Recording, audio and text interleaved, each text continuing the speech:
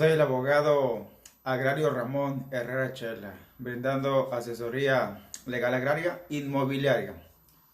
Dejo a tu disposición el teléfono celular o WhatsApp 6692 25 59 25. Repito, 6692 25 59 25 para cualquier aspecto relacionado con el tema de hoy, el cual es 12 aspectos o cuestiones que las inmobiliarias deben de saber acerca de las tierras de uso común de un ejido o comunidad. Por lo tanto, el tema aplica por igual para ejidos y comunidades. Por equidad de género, cuando me refiera a ejidos, a ejidatarios, a comuneros, a abogados, desde luego que también me refiero al género de la mujer, el femenino. Empezamos. Cuestión número 1. ¿Qué es la tierra de uso común? Aquí es importante que quede claro que dentro de un ejido o una comunidad, como personas morales que son, esos núcleos agrarios cuentan con patrimonio propio, tienen personalidad jurídica, tienen derechos y obligaciones, y su principal razón es precisamente su patrimonio, las tierras. Y estas pueden estar clasificadas en 3 regímenes. El de tierra al interior. Pueden ser la zona parcelada, donde están delimitadas y asignadas las parcelas, por lo general en lo individual. A cada ejidatario le asignan su parcela. Zona número 2, la zona urbana, también llamada asentamiento humano, casco urbano, es el pueblo, pues, donde se ubica la zona habitable por parte de los integrantes y sus familiares de un ejido o una comunidad. Y la tercera categoría es precisamente las tierras de uso común, que de acuerdo al artículo 73 da una noción básica que se tratan de tierras propiedad del ejido o comunidad que no son parcelas y que tampoco es zona urbana. Ahí también es importante aclarar que algunos ejidos tienen en posesión de manera irregular tierra que no han podido acreditar su propiedad o que definitivamente no es de su propiedad. Esa tierra no es clasificada como tierra de uso común. Es importante que lo tengan en cuenta. También tengan en consideración que algunos ejidos, algunas comunidades, toda su tierra la tienen clasificada como uso común. Y algunos ejidos no cuentan ya con tierra de uso común. Nunca tuvieron, o si acaso la tuvieron, pues la convirtieron en zona parcelada, la asignaron y dejaron de tener tierras de uso común. También se dan esa clase de situaciones. ¿De qué tamaño es la tierra de uso común? Depende de las tierras que le hayan sido asignadas, dotadas, mejor dicho, dotadas. O si acaso hubo una ampliación de esa dotación o alguna otra forma en que adquirieron a través de un juicio, alguna sentencia. En fin, es tamaño indeterminado. Hay ejidos que pueden tener unas 50 hectáreas de uso común y hay ejidos que literalmente tienen 2.000, 3.000 hectáreas de tierras de uso común. Es importante también que tengan en cuenta que por la expresión uso común se pueden referir a 3 clases de connotaciones o significados y sobre el mismo tema. Por ejemplo, ya quedamos que la tierra de uso común en sí es aquella que es propiedad del ejido y que no fue delimitada como parcela ni como zona urbana. Pero también se entiende por uso común ese derecho porcentual, ese derecho virtual que tiene cada ejidatario, cada comunero sobre dichas tierras.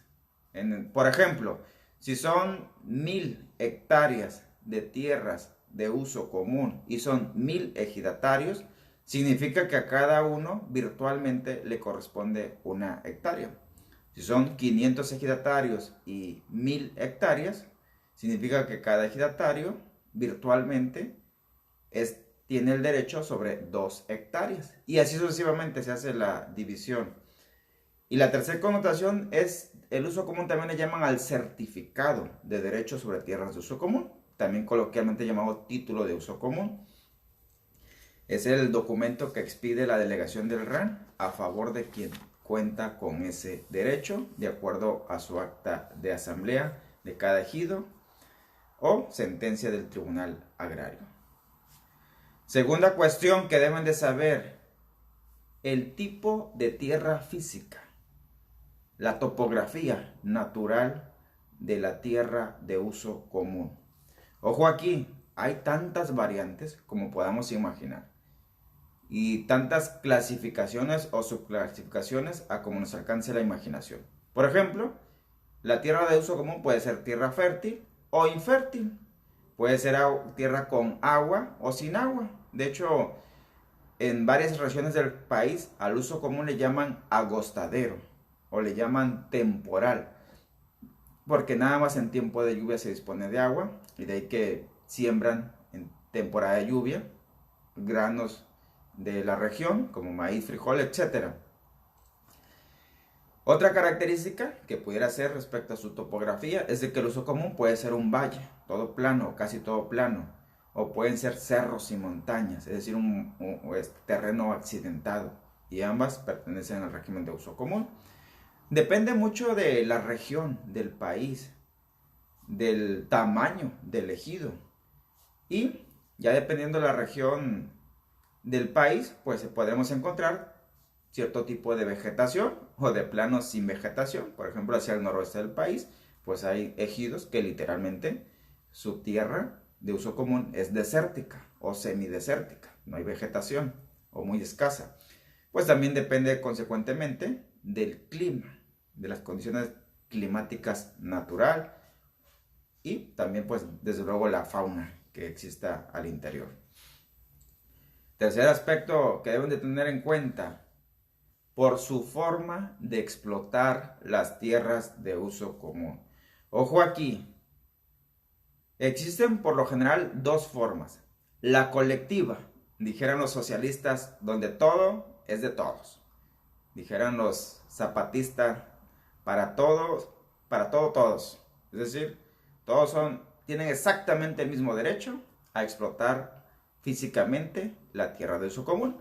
Por ejemplo, los ejidos que tienen aserraderos, es decir, que por su ubicación geográfica están abarcando bosques o pinos y explotan la madera, no tienen cercos, no tienen parcelas. Ahí lo que se aprovecha de la madera que se vende, se reparte el dinero parejos a todas y a todos. Es una forma colectiva. Pero también pueden llegar algún ejido, algunas comunidades, al acuerdo que se va a permitir la explotación individual, vamos llamándoles.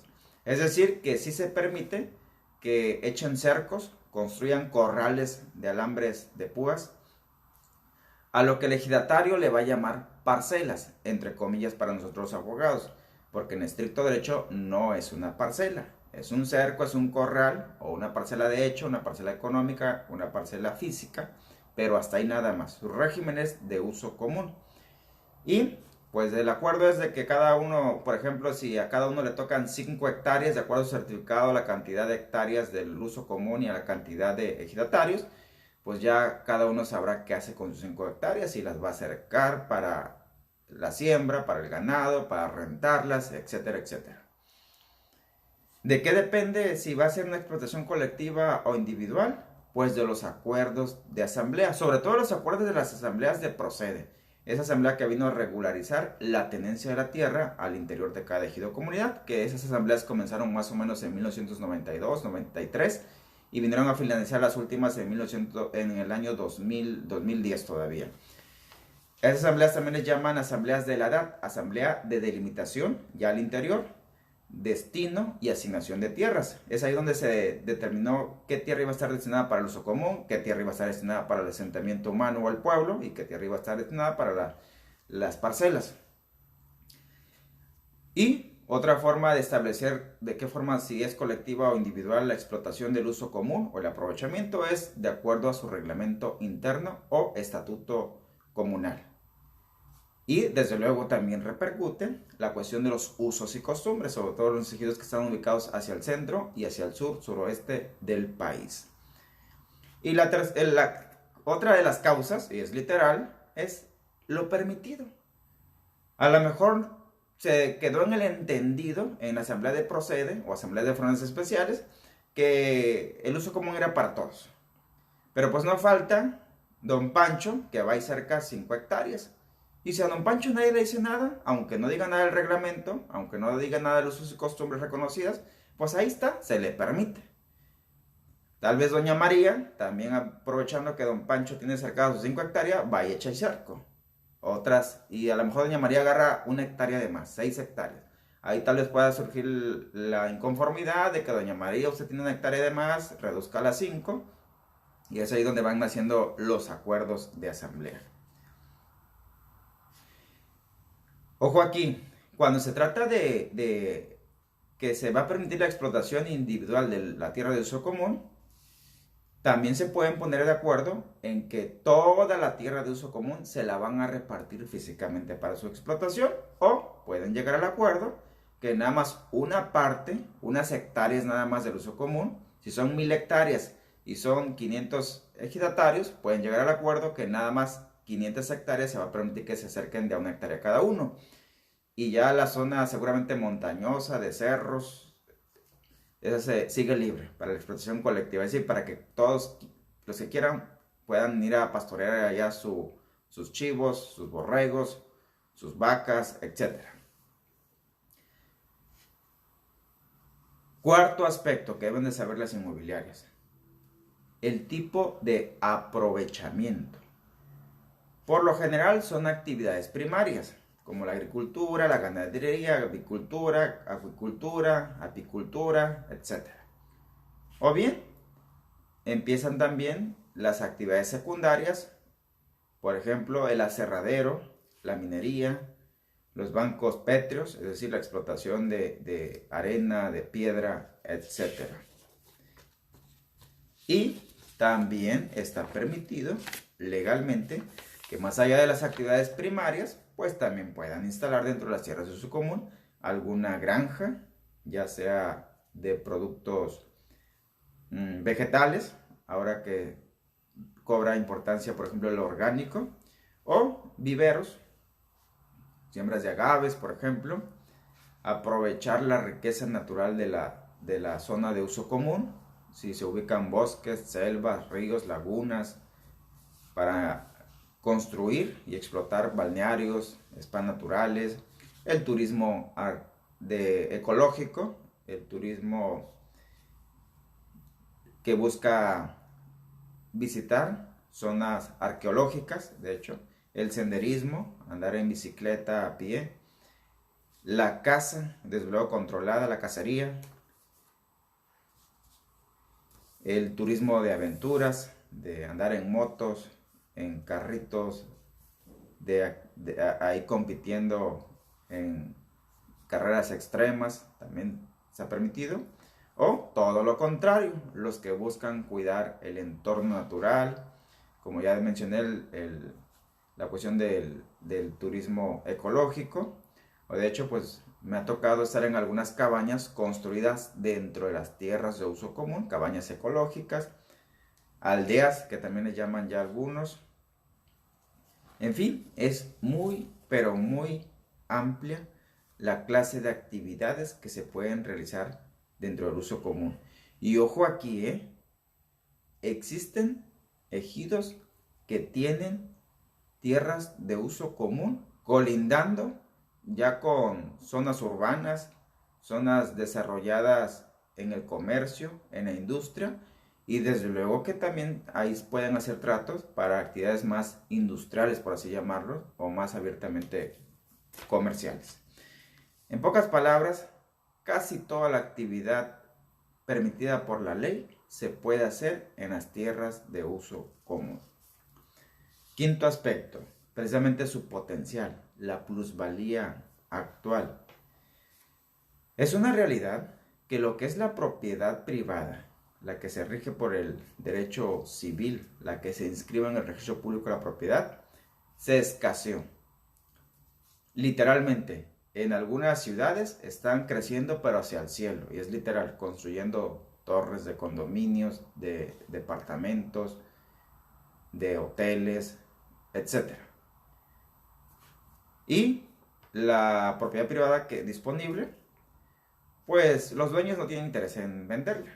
Dijeran, los inmobiliarios están dejando que engorde la propiedad privada, o si la están vendiendo está muy cara. Entonces, la opción viable, la opción inevitable, es la tierra de uso común o comunal. Nada más como referencia, el 51% de la totalidad del territorio nacional pertenece al régimen legal agrario. Y mucha de esa superficie, de ese 51%, es tierra precisamente de uso común, que es el tema que nos está ocupando. Y de no por hecho que la plusvalía va a ir cada vez más en aumento. Sexto punto. ¿Cuánto vale? ¿Cómo se fija el precio de la tierra de uso común? Mucho depende para qué la vayas a necesitar. Si nada más para celebrar un contrato o de plano tienes interés en adquirirla. Por ejemplo, depende mucho del factor de la ubicación. La ubicación es determinante para poder concluir o deducir cuánto vale una hectárea de uso común.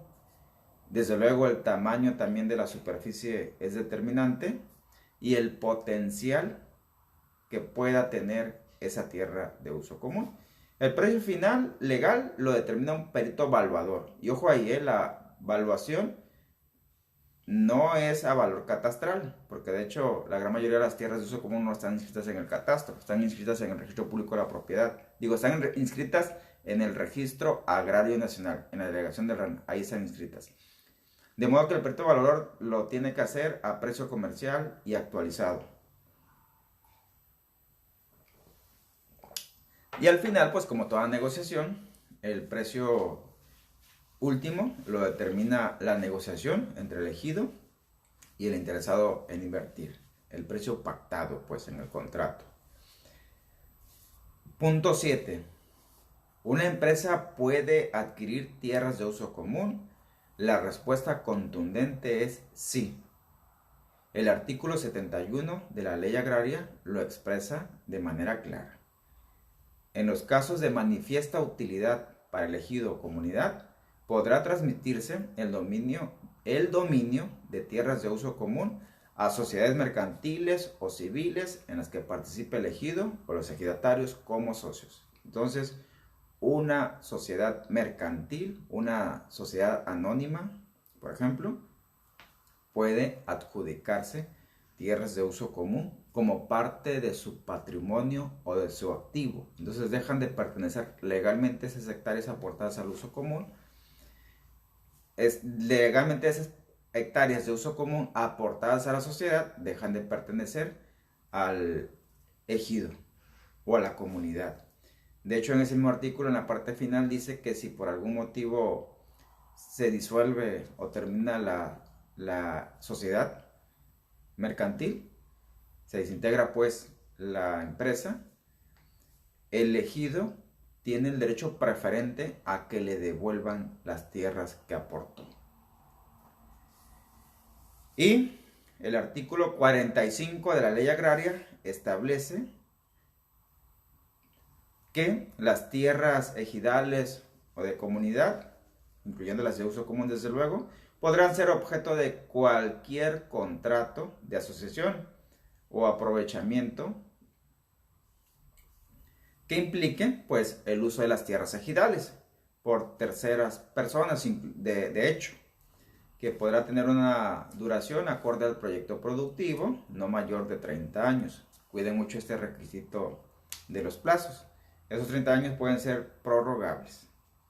Entonces ahí está la otra confirmación de que las tierras de uso común, ya sea en calidad de propietario, se la puede adjudicar una empresa privada, donde los ejidatarios van a ser socios o el ejido va a ser socio.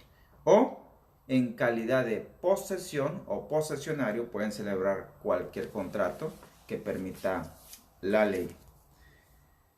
Precisamente el aspecto octavo que deben de conocer las inmobiliarias es qué clases de contratos o tratos se pueden celebrar. Artículo 79, Ley Agraria. El ejidatario puede aprovechar su parcela directamente o conceder a otros ejidatarios o a terceros su uso o usufructo mediante aparcería, mediaría, asociación, arrendamiento o cualquier otro acto jurídico no prohibido por la ley. Tratándose del uso común, sí se necesita la autorización de la asamblea, porque es la asamblea la dueña de las tierras de uso común. Ese artículo expresamente señala nada más la parcela, pero en la realidad, y me consta, es extensivo también a las tierras de uso común. Y tratándose de tierra de uso común, insisto en el punto, la decisión final la toma la asamblea y debe quedar desde luego asentado en el acta que se levante. Uno de los únicos contratos que no existen en el uso común es la promesa de compraventa. No existe, así que ni le busquen, civilistas. Noveno punto. ¿Con quién hay que iniciar el trato si les interesa a una empresa, a un empresario, las tierras de uso común? Y con quién hay que finalizar ya el contrato. El trato se inicia a veces con el comisariado ejidal, sobre todo con el presidente, o en ocasiones incluso a través de la Procuraduría Agraria como intermediaria. Recordemos que la Procuraduría Agraria pues, es una institución de servicio social exclusiva para los ejidos y sus integrantes, comunidades y sus integrantes. Entonces ellos a veces conocen cómo está el tejimaneje con los ejidos y pueden acercar a un interesado en tierras de uso común al ejido, que seguramente va a ser a través del presidente del comisariado. Y ahí el interesado debe, pues, a través de sus asesores, informar sobre el interés de cierta zona, de ciertas hectáreas del uso común. Inmediatamente después deben de ir a consultar a la asamblea sobre esa propuesta, vamos llamándole. Porque recordemos que es la asamblea quien materializa al ejido. Es decir, la asamblea es el ejido. Y recordemos, como le dijo al principio, el ejido es dueño de las tierras de uso común. Así de simple la fórmula, sin tanta teoría. Entonces, si la asamblea así se interesa, si le da luz verde al comisariado para que negocien condiciones respecto a algún contrato, pues ese es el caminito correcto a seguir. Aspecto número 10. ¿Qué leyes aplica? ¿Cuál es la legislación? De entrada, así forzosamente, de manera obligada, es la ley agraria, que se complementa en ocasiones, incluyendo para cuestiones contractuales, con tesis y jurisprudencia. Recordemos que la ley agraria está incompleta, tiene 200 artículos, de esos 200 artículos, menos de 20 artículos plantean el tema de las tierras de uso común, y existen literalmente 2.240 tesis aisladas y algunas jurisprudencias que abordan la cuestión agraria, contra 200 artículos. Imagínense lo desfasado que está la ley agraria. Yo te recomiendo, a usted colega que me está escuchando, que no te limites a una ley agraria incompleta. Nació incompleta y con el tiempo se fue haciendo desfasando. Ahora está completamente rebasada en varios de sus artículos que intenta regular algún tema. Claro, y tampoco te vayas al otro extremo. No vayas a pretender encuadrar cuestiones civiles o meramente mercantiles a lo agrario, porque también ese sería otro problema. Y además de lo agrario, de la legislación agraria, también es aplicable desde luego el código mercantil, el código civil, pero el federal, no el estatal, y desde luego pues ahí la legislación fiscal. Tengan en cuenta esas 4 legislaciones cuando se trate de tratos y contratos sobre tierras de uso común. Aspecto número 11, punto número 11, cómo evitar fraudes o problemas legales. Independientemente si te va a tocar asesorar al ejido, o a la comunidad, o por otro lado a la empresa o a los empresarios. En verdad, sigue estos lineamientos que te acabo de compartir. No vienen en ningún formato, en ningún artículo de la ley agraria como tal, en ningún libro de hecho. Te lo estoy pasando aquí al costo. En verdad, los clientes que tengo, siempre le leo la cartilla basados en esos puntos que te estoy compartiendo de manera gratuita. Sigan las recomendaciones. Son lineamientos básicos, indispensables, sobre los cuales vas a sentar el contrato, el trato, la sociedad sobre la cual vas a asesorar. Investiguen en el Registro Agrario Nacional que la tierra de uso común en efecto es una superficie de tierra de uso común y que desde luego que no está comprometida con algún juicio, con algún otro contrato anterior, pero que tal vez está en el olvido pero sigue vigente. Investiguen. La información del RAN es pública, es oficial. Es decir, cualquier persona puede ir a solicitar copias del plano interno de cualquier ejido, de cualquier comunidad. Y ya ahorita con la tecnología satelital, pues desde luego se puede ubicar con facilidad. Si la zona de interés. Aspecto bueno, ahí también para puntualizar. Y asesórense con profesionistas que conozcan de la esencia de lo agrario. Créanme que esos videos les va a servir para que sigan afinando, para que sigan aumentando su experiencia en la materia agraria y aún en estos campos de las negociaciones, de los contratos, etc. Y punto número 12.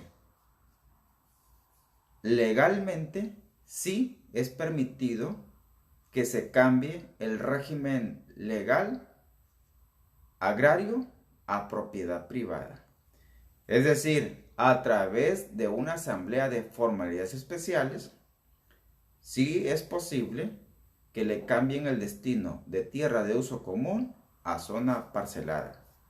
Y a través de la asamblea de formalidades especiales, también es posible que el ejido o la comunidad adopte el dominio pleno para que el ex uso común, ahora parcela, pueda adquirir el dominio pleno, se le expida un título de propiedad, se inscriba en el registro público de la propiedad y como propiedad privada, pues pueden hacer todo lo que legalmente está permitido.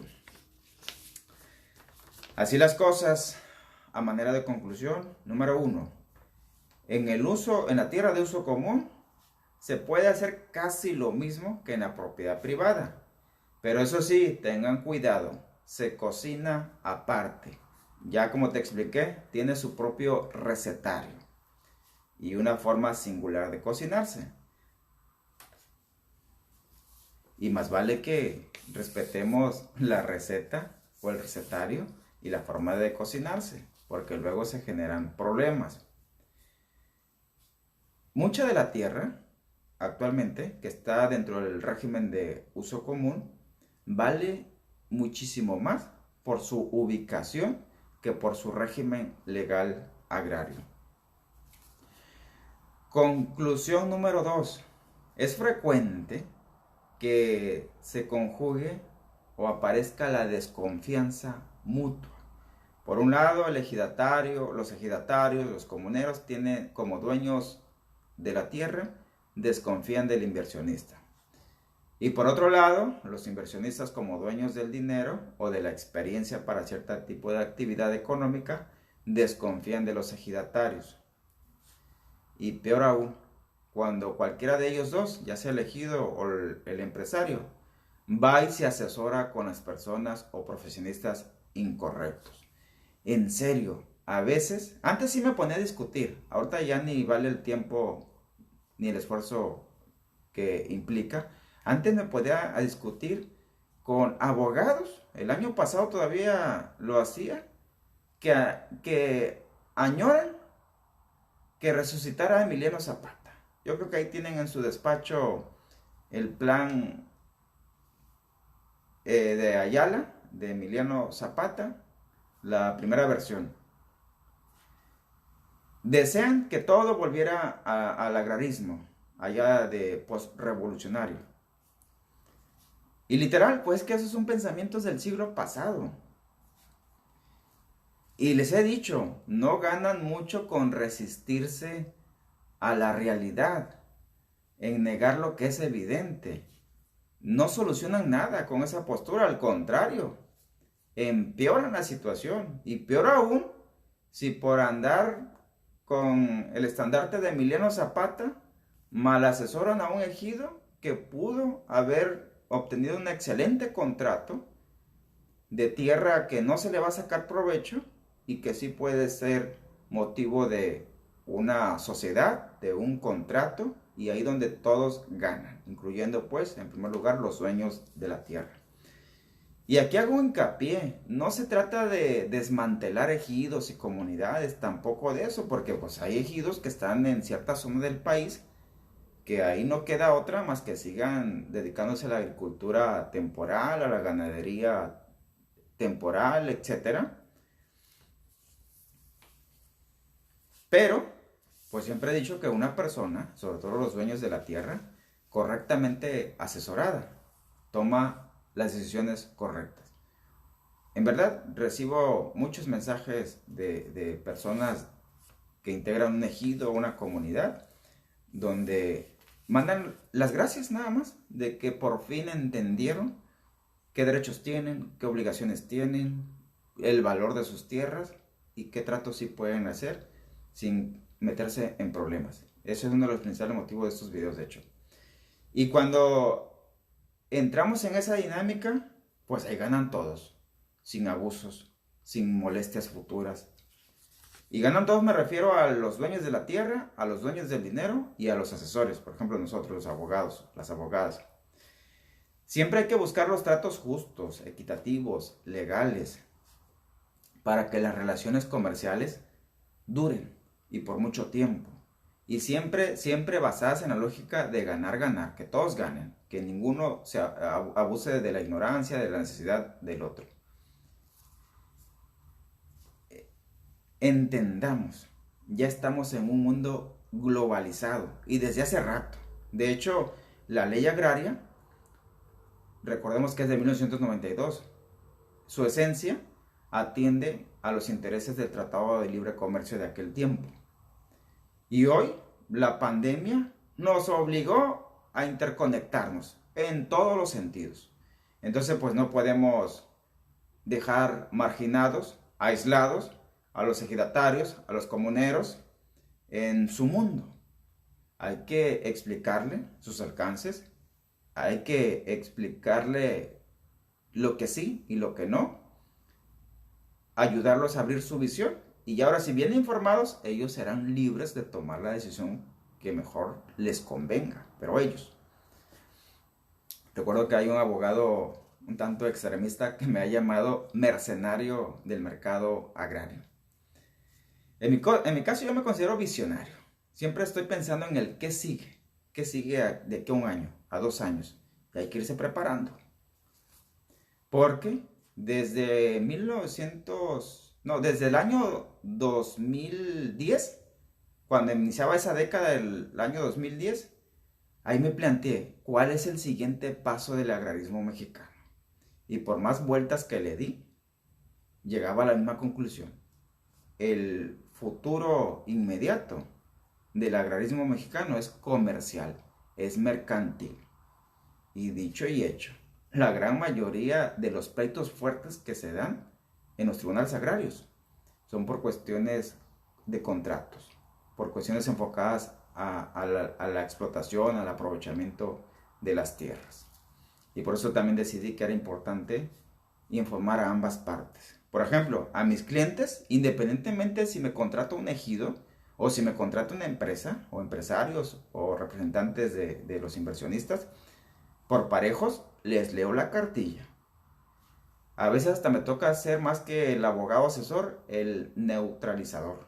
Me han llamado a veces como el abogado bombero a apagar un incendio que se suscitó a raíz de un pésimo trato original.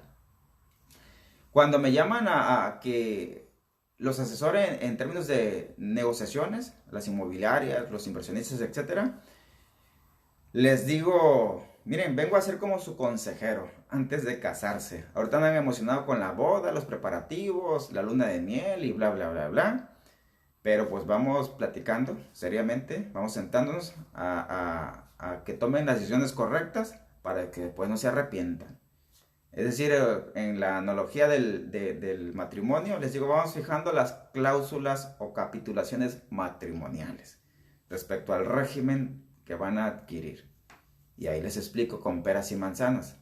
Porque por un lado, los ejidatarios, la gran mayoría, no tienen una mentalidad o una visión de negocios, de ser personas de negocios. Y por otro lado, los inversionistas, los empresarios no entienden el teje-maneje de las tierras de uso común, en ese caso. Entonces, siempre valoren ambos extremos, ustedes abogadas que están escuchando esto. Porque no hay duda, pues sí, a veces la receta es compleja, el recetario requiere de cierto tacto para que todo se cocine correctamente para ambos. De modo que pues ahí está el tema, dejen sus preguntas, dejen sus comentarios, complementen con algún aspecto que ustedes consideren que también debe estar incluido en esta plática asesoría. Gracias por sus atenciones, por sus confianzas, seguimos creciendo como equipo y en verdad mucho se debe a ustedes. Pasen pues buenas noches.